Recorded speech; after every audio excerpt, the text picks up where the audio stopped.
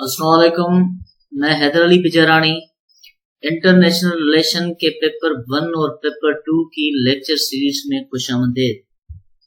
Last lecture में हमने discuss किया था नेशन स्टेट को, उसके एलिमेंट्स को, और आज हम डिस्कस करेंगे इवोल्यूशन ऑफ इंटरनेशनल सोसाइटी।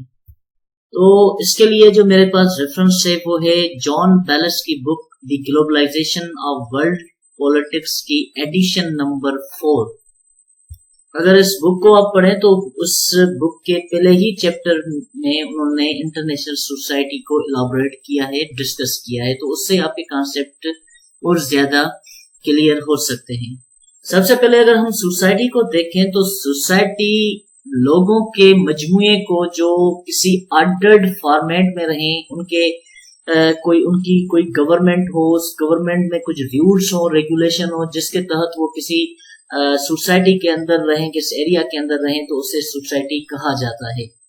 मगर अगर हम इंटरनेशनल सोसाइटी की बात करें तो इंटरनेशनल सोसाइटी को समझने से पहले मैंने यहाँ पे मैप रखा है, तो यहाँ पे आप समझ जाएंगे कि लेट सपोज के रशिया, अगर रशिया को आप एक सोसाइटी कहें तो दुनिया के जो भी दूसरी कंट्रीज हैं आप उनको इंटरनेशनल सोसाइटीज कह सकते हैं, क्योंकि ये सारे कंट्रीज किसी न किसी रूल्स के तहत, किसी न किसी प्रिंसिपल्स के तहत, किसी न किसी एक ऑर्डर के तहत कुछ ऐसे पैटर्न्स हैं जिनको फॉलो कर रहे हैं। लेट्स सपोज के ऑस्ट्रेलिया को ये कभी भी राइट नहीं कि वो इंडिया पे अटैक करे, या इंडिया को कभी भी ये राइट नहीं कि वो बांग्लादेश के इंटरनल अफेयर्स में वो इंटरफेयर करे। मतलब कि ये एक ऐसे प्रिंसिपल्स बनाए गए हैं इंटरनेशनल सोसाइटी के जो सबके एक इंटरेस्ट में है, ये कहें कि कॉमन इंटरेस्ट में है। अब यहाँ पे अगर इंटरनेशनल सोसाइटी की हम डेफिनेशन को देखें तो वो ये है कि एक एसोसिएशन, एक ऐसी एसोसिएशन किसकी, पॉलिटिकल कम्युनिटीज की। अब पॉलिटिकल कम्युनिटी मतलब कि जो भी कंट्रीज हैं उनकी एक एसोसिएशन। अब वो एसोसिएशन क्या करे, वो एक्सेप्ट करे, क्या एक्सेप्ट करे, वो सम कॉमन रूल्स, वैल्यूज, कुछ एक ऐसी एसोसिएशन जो मुख्तलिफ सोसाइटीज की हो, पॉलिटिकल कम्युनिटीज की हो, जो कुछ कॉमन वैल्यूज को, कुछ रूल्स को एक्सेप्ट करे। इंटरनेशनल जो कवानीन बनाए गए हैं, जो लॉज हैं, उनको एक्सेप्ट करें, और वो कॉमन इंस्टीट्यूशंस भी हो जो इन्होंने खुद बनाए हो मगर सबकी एक नेशनल इंटरेस्ट में हो, तो इसको ही कहा जाता है इंटरनेशनल सोसाइटी। अब यहाँ पे कुछ बातें ऐसी हैं जो हमें सोचनी पड़ेंगी कि क्या इंटरनेशनल सोसाइटी, अगर हम प्रीवियस नेशन सोसाइटीज में जाएं, टाइम पीरियड में जाएं, तो क्या उस वक्त भी इंटरनेशनल सोसाइटी थी? मतलब कि एक कंट्री या एक एम्पायर या एक स्टेट, क्योंकि उस वक्त तो एम्पायर और स्टेट्स थे, क्या उनके दरमियान भी कुछ रूल्स और रेगुलेशंस थे? क्या उनके दरमियान भी कुछ राइट्स थे जिसके तहत वो आपस में ताल्लुकात कायम रखते थे या ताल्लुकात खत्म करते थे? तो ये चीजें हमें देखनी होगी। अब यहाँ पे मैं आपको ये बता दूं कि अगर हम एंशिएंट सोसाइटीज को देखें तो एंशिएंट सोसाइटीज में भी कुछ रूल्स थे, कुछ रेगुलेशंस थी। जैसे कि हमने सुना है भी कि प्रीवियस टाइम पीरियड में जो डिप्लोमेट्स थे उनको इज्जत दी जाती थी। जैसे लेट सपोज के जब प्रीवियस टाइम में डिप्लोमेट्स किसी दूसरे एम्पायर्स में जाते थे, जो मैसेज लेकर जाते थे, तो उसको इज्जत की निगाह से देखा जाता था। उनको कुछ इम्यूनिटीज थी। हाँ, हम ये नहीं कह सकते कि जो आज के डिप्लोमेट्स को जितनी इम्यूनिटीज हैं उस वक्त भी थी, मगर उस वक्त भी कुछ हद तक इम्यूनिटीज उनके पास थी। मतलब कि इंटरनेशनल सोसाइटी उस वक्त भी थी, मगर आईआर ने इंटरनेशनल सोसाइटी के कॉन्सेप्ट को बिल्कुल वाज़ेह एलाबोरेट किया है। अगर आगे हम देखें इंटरनेशनल सोसाइटी की डेफिनेशन को डिस्कस करें तो वो हेडले बुल ने इंटरनेशनल सोसाइटी की डेफिनेशन थी। उन्होंने कहा है कि इंटरनेशनल सोसाइटी तब एग्जिस्ट करती है, तब बनती है जब ग्रुप ऑफ स्टेट, एक स्टेट नहीं, ग्रुप ऑफ स्टेट्स, जो कुछ कॉमन इंटरेस्ट की वजह से, कॉमन वैल्यूज की वजह से किसी सोसाइटी को वो बनाए, किसकी सेंस से, और उनके लिए उस सोसाइटी को बनाने के साथ साथ वो कुछ रूल्स और रेगुलेशन भी बनाए, और उस रूल्स और रेगुलेशन के लिए वो बाउंड रहे, मतलब कि उनकी वायोलेशन न करें। اور اس کے لیے ان کے پاس کوئی کامن انسٹیٹیوشن بھی ہو۔ اب یہاں پہ میں آپ کو بتا دوں کہ ہیلڈے بل نے یہ کہا کہ انٹرنیشنل سوسائٹی وہ سوسائٹی ہے تب بنتی ہے جب گروپ آف اسٹیٹ مل کر کوئی جو ان کی کامن انٹرسٹ ہو، کامن انٹرسٹ کو مد نظر رکھتے ہوئے وہ کچھ رولز اور ریگولیشن بنائیں اور اس رولز اور ریگولیشن کو قائم رکھنے کے لیے وہ باؤنڈ رہے۔ مطلب کہ لیٹ سپوز کہ یونائٹڈ نیشن بنی، اب یونائٹڈ نیشن کے جو پرنسپلز ہیں وہ سب اسٹیٹ کے فیور میں، سب کے کامن انٹرسٹ میں ہیں، سب کے نیشنل انٹرسٹ میں۔ مطلب لیٹ سپوز کہ وہاں پہ یہ دیا گیا کہ کوئی کنٹری کسی کنٹری کے انٹرنل افیئرس میں انٹرفیئر نہیں کرے گا، مداخلت نہیں کرے گا، تو یہ ہر کنٹری چاہے یونائٹڈ اسٹیٹ آف امریکہ ہو چاہے نیپال ہو، سب کے نیشنل اور کامن انٹرسٹ میں ہے، اور اس ہی رولز بنانے کے بعد یہ ساری کنٹریز اس کی پابند ہیں کہ اس رولز کی وائلیشن نہ کریں، تو اس ہی وجہ سے انٹرنیشنل سوسائٹی بنتی ہے۔ اب یہ دیکھیں کیا انیشین سوسائٹی میں یہ باتیں تھی، تو آگے ہم ڈسکس کریں گے، آگے ہم انیشین سوسائٹی کو پڑھیں گے، تو اس کو پڑھنے کے بعد جو ان کی ایلیمنٹ ظاہر ہوں گے، جیسے کہ انٹرنیشنل سوسائٹی کا جو زیادہ تر فوکس رہتا ہے وہ یہ کہ بھائی سوورنٹی، کسی بھی کنٹری کی سوورنٹی کو وائلیٹ نہیں کیا جائے گا، سوورنٹی کا خیال کیا جائے گا، خود مختاری کا خیال کیا جائے گا، نن انٹرونشن ہوگی، کوئی کنٹری کسی کنٹری کے جو انٹرنل افیئرس میں ہیں ان میں مداخلت نہیں کرے گا۔ تو ہم انیشین سوسائٹیز کو دیکھیں گے کیا اس وقت بھی یہ کچھ تھا یا یہ کچھ نہیں تھا۔ اب آگے بڑھیں، اب English school of I R جسے لبرل ریئلزم، تو یہاں پہ میں اس English school of I R پہ بہت کوئی لکھنے سے بہتر میں نے سمجھا کہ میں آپ کو اس کی پوری سمری سمجھا دوں کہ آپ کے کانسیپٹ کلیئر ہو جائیں۔ اب English school of I are یا لبرل ریئلزم کے لوگوں کا ماننا یا ان کے اسکالرز کا ماننا یہ ہے کہ بھئی جو انٹرنیشنل سوسائٹی بنی وہ ایک بات کی وجہ سے بنی، وہ یہ تھی کہ انٹرنیشنل جو سیٹ اپ ہے اس میں ہے انارکی، مطلب کہ کوئی بھی کنٹری کسی کنٹری کے اوپر نہیں، مطلب کہ لیٹ سپوز کہ کوئی بھی کتنا بھی لیٹ سپوز کہ نیپال کا ہم ذکر کریں تو یہ کبھی بھی نہیں کہہ سکتے کہ نیپال کے اوپر کوئی ایسا کنٹری ہے جو نیپال کے انٹرنل افیئرس کو، اس کی فارن پالیسی کو ڈیزائن کرے، اس کے نیشنل انٹرسٹ کو ڈیزائن کرے، یا نیپال اس کنٹری کے ماتحت کوئی کام کرے۔ ہاں یہ ہو سکتا ہے کہ ہم جب الائنسز بناتے ہیں تو الائنسز بننے کے بعد یا کسی کنٹری کے ساتھ اپنے ٹریڈ کے تعلقات بنیاد رکھتے ہیں تو ہم اپنے اس فرینڈ کنٹری کے جو انٹرسٹ ہیں ان کا خیال کرتے ہیں، مگر یہ نہیں کہہ سکتے کہ نیپال ایک چھوٹا کنٹری جس کے تحت امریکہ نیپال کو حکم کرے، آرڈر کرے کہ آپ یہ چیزیں کریں اور نیپال کرے، کیونکہ انٹرنیشنل سسٹم میں ہے انارکی، اور انٹرنیشنل سسٹم میں جو سب سے زیادہ جو سپیریئر چیز ہے وہ ہے اسٹیٹ، تو اس لیے کوئی ورلڈ گورنمنٹ نہیں بن سکتی، کوئی ورلڈ کا پریزیڈنٹ نہیں بن سکتا، تو ہر کنٹری کا ایک اپنا پریزیڈنٹ، اپنا کانسٹیٹیوشن، اپنا ایک سسٹم، اپنی ایک کورٹ ہے۔ تو اس لیے لبرل ریئلزم والوں کے لوگوں کا ماننا یہ ہے کہ انٹرنیشنل جو اسکالرز تھے انہوں نے انٹرنیشنل سوسائٹی بنائی۔ اب سوسائٹی کیا تھے؟ جو بھی کنٹریز تھے، جس میں نیپال آ گیا، لیٹ سپوز جس میں افغانستان آ گیا، لیٹ سپوز جس میں ورلڈ کے جو بھی ریمیننگ کنٹریز تھے، وہ سب مل کر انہوں نے کچھ کامن ویلیوز تیار کیے، کامن انٹرسٹ تیار کی، اور کامن انٹرسٹ، کامن ویلیوز بنانے کے بعد انہوں نے کہا، ڈیسائیڈ کیا کہ بھائی ہم نے یہ رولز رکھے ہیں اور ہم سب ان رولز کے پابند رہیں گے۔ تو اس سے کیا ہوگا؟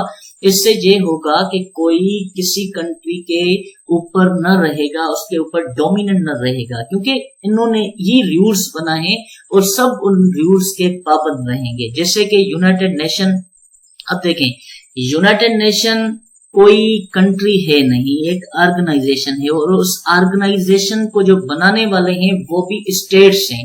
اب اسٹیٹ جو بھی کنٹریز ہیں انہوں نے مل کے، جو 193 یونائٹڈ نیشن کے ممبرس ہیں، وہ انہوں نے اپنی کنسنٹ دے کر کچھ رولز بنائے یونائٹڈ نیشن کے، انہوں نے ان کا آئین بنایا، جو آرٹیکلز تیار کیے وہ سب کی نیشنل انٹرسٹ میں ہیں، अब कोई कंट्री ऐसे नहीं कह सकता कि भाई यूनाइटेड नेशन के जो आर्टिकल्स हैं वो हमारे खिलाफ हैं।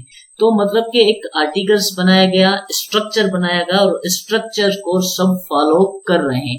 तो इंग्लिश स्कूल ऑफ आईआर के लोगों का मानना ये है कि भाई जो इंटरनेशनल सोसाइटी बनाई गई वो सिर्फ इस बुनियाद पर बनाई गई कि भाई स्टेट ही इंटरनेशनल सिस्टम में सबसे ज्यादा सुपीरियर चीज है।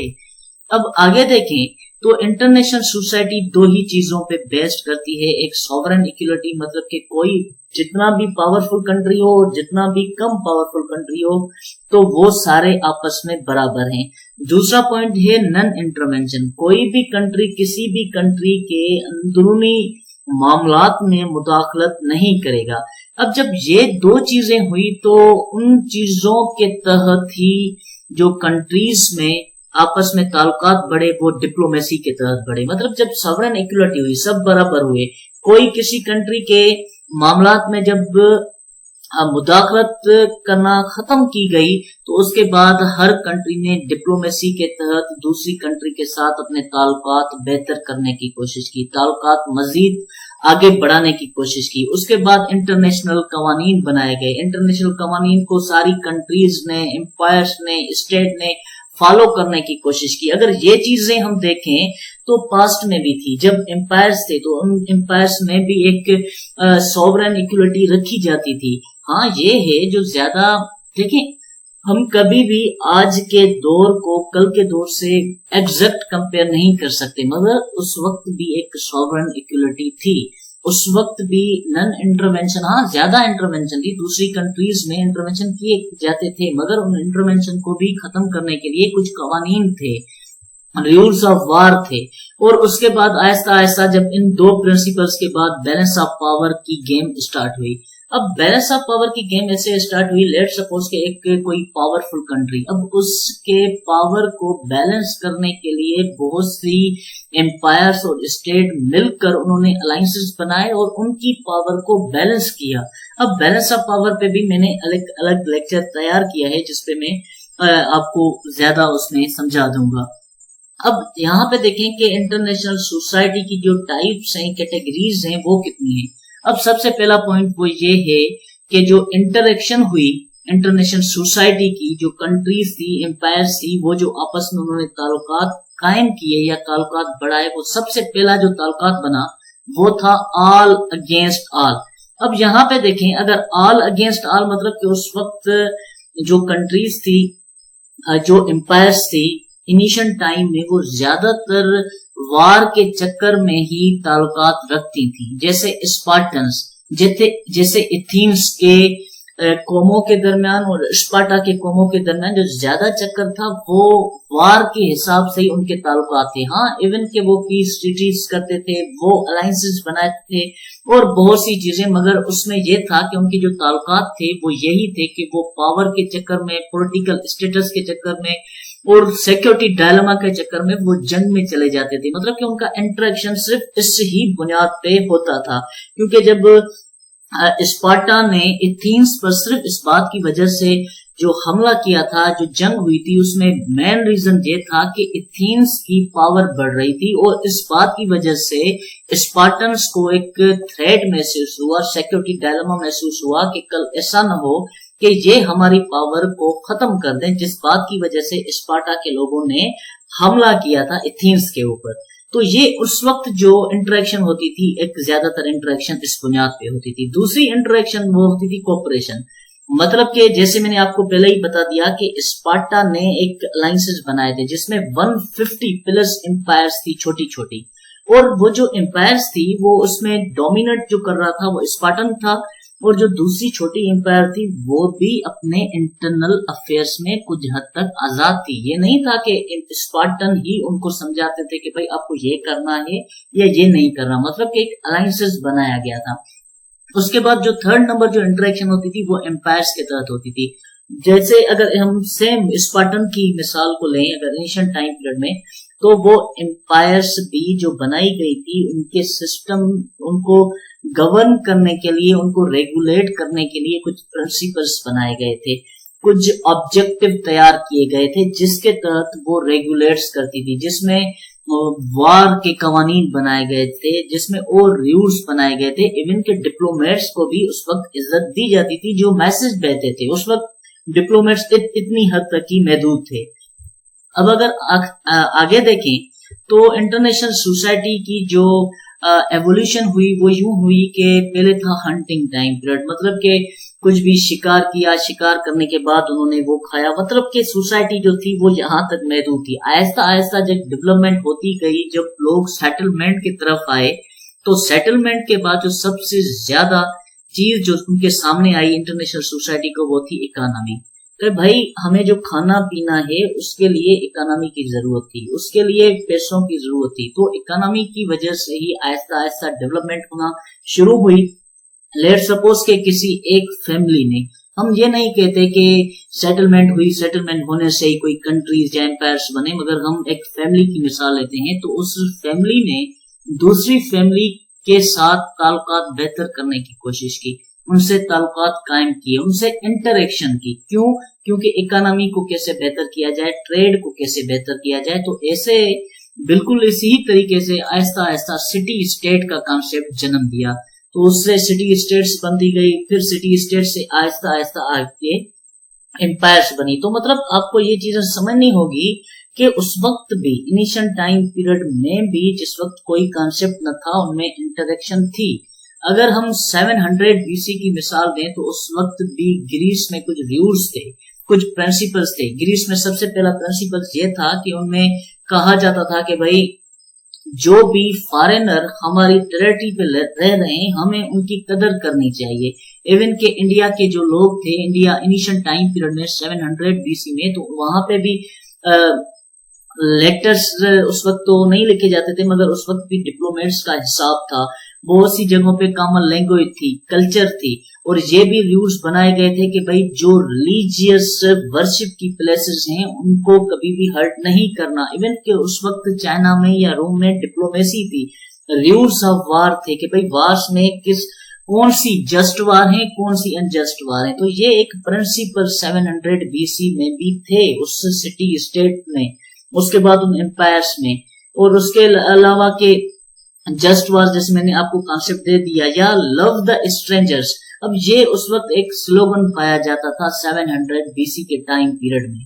तो आप समझ सकते हैं कि इंटरनेशनल सोसाइटी इनिशियल पीरियड में भी थी। उस वक्त भी छोटी छोटी एम्पायर्स, छोटी छोटी सिटी स्टेट दूसरी सिटी स्टेट से ताल्लुकात, इंटरेक्शन रखती थी मुख्तलिफ बुनियादों पे, और उनमें भी कुछ रूल्स थे जिस रूल के मातहत वो काम करती थी। अब आगे बढ़ें, अगर हम इस्लामिक आर्डर को देखें तो चार्टर ऑफ मदीना बना। अब चार्टर ऑफ मदीना, या ये कहें कि एक दुनिया का पहला कॉन्स्टिट्यूशन तैयार हुआ जिसमें मुस्लिम्स थे, जिसमें जूस थे, जिसमें और लोग थे, वो और रिलीजियस कम्युनिटी के लोग थे। चार्टर ऑफ मदीना के अंदर जो कॉन्स्टिट्यूशन तैयार हुआ, उस कॉन्स्टिट्यूशन में बहुत सी चीजें थी। जैसे ये था कि अगर भाई मदीना के ऊपर कभी भी हमला हुआ तो उसमें चाहे मुस्लिम हो, चाहे जूस हो, चाहे दूसरी कम्युनिटी के लोग हो, वो मिलकर लड़ेंगे। तो इस पॉइंट, लेट सपोज, अब उसमें तो और भी पॉइंट थे, मगर मैं इस पॉइंट पे डिस्कस कर रहा हूं कि सारी कम्युनिटी के लोग इस पॉइंट के, इस आर्टिकल के पाबंद थे कि भाई हमको इस मदीना की एक मिलकर हिफाजत करनी है और कोई भी इसकी वायलेशन आर्टिकल की नहीं करेगा। मतलब कि उस वक्त भी इंटरेक्शन थी, और उस इंटरेक्शन के तहत कुछ रूल्स बनाए गए, जिस रूल्स के तहत ही रिलेशंस रेगुलेट्स होती थी।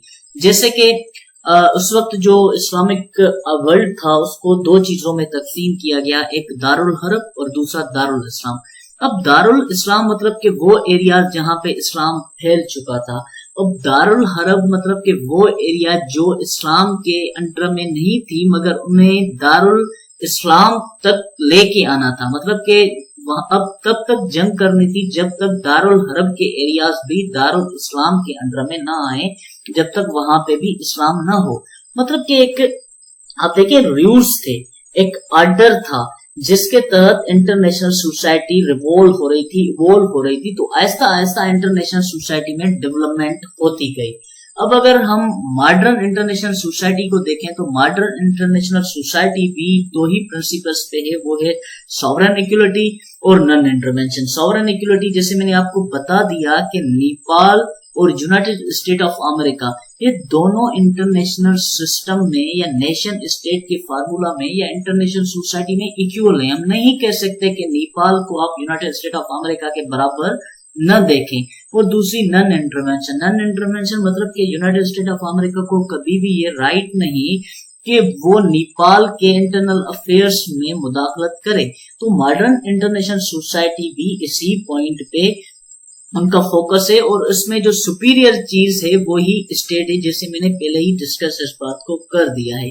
अब यही जो इनके जो की इंस्टीट्यूशंस हैं वो है डिप्लोमेसी। डिप्लोमेसी के तहत एक कंट्री दूसरी कंट्री के साथ अपने ताल्लुकात बेहतर करने की कोशिश करती है। इंटरनेशनल लॉ है और उसके साथ साथ बैलेंस ऑफ पावर, जिसके तहत एक कंट्री के पावर को दूसरी कंट्री के पावर से बैलेंस किया जाता है।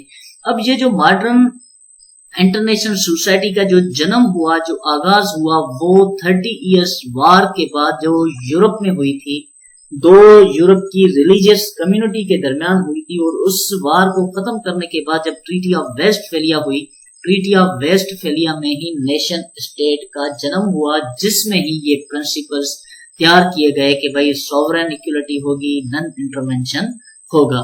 अब ये देखें, आपको ये चीजें समझ आती रही होंगी कि कैसे international society Aahista Aahista stage by stage evolve हो रही है और उनमें डेवलपमेंट हो रही है।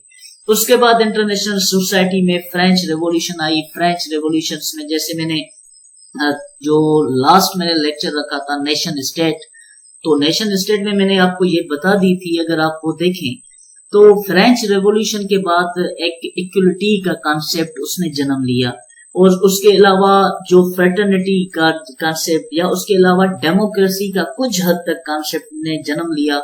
और उसके बाद ग्रेट वार्स हुई, वर्ल्ड वार 1, वर्ल्ड वार 2। फिर इंटरनेशनल सोसाइटी के जो पैटर्न्स थे वो उनमें डेवलपमेंट की गई। देखा गया कि भाई कौन सी चीजों की वजह से जंग हो रही है, किस चीज बातों की वजह से वर्ल्ड वार 1 हुई और कौन से वो रीजन थे जिसकी वजह से वर्ल्ड वार 2 हुई। और उसके अलावा इन्हीं टाइम पीरियड में लिबरेशन मूवमेंट्स भी चली इंटरनेशनल सोसाइटी में, क्योंकि उस वक्त ज्यादातर जो एरियाज थी वो कॉलोनीज थी यूरोप की, जैसे पाकिस्तान या इंडिया, ये सब कॉलोनीज थी। इवन के जो भी अफ्रीकन कंट्रीज थी, जैसे वहां पे भी यूरोप की वो कॉलोनीज थी। और उसके अलावा उमर मुख्तार, ये एक मूवी भी है, मैं वो ही सोच रहा था, मुझे उसका नाम नहीं आ रहा था, उमर मुख्तार। जैसे कि उस वक्त जो लिबिया में और इन कंट्रीज में उन्होंने एक फ्रीडम फाइटर था जिन्होंने इजिप्ट इसमें जिन्होंने एक कॉलोनीज के खिलाफ आजादी के लिए उन्होंने एक जंग का ऐलान किया था, जैसे पाकिस्तान की आजादी के लिए या ब्रिटिश एम्पायर के खिलाफ जो आजादी के लिए जो मूवमेंट्स चली इंटरनेशनल सोसाइटी में, फिर इनकी डेवलपमेंट हुई। उसके बाद लीग ऑफ नेशंस बनी।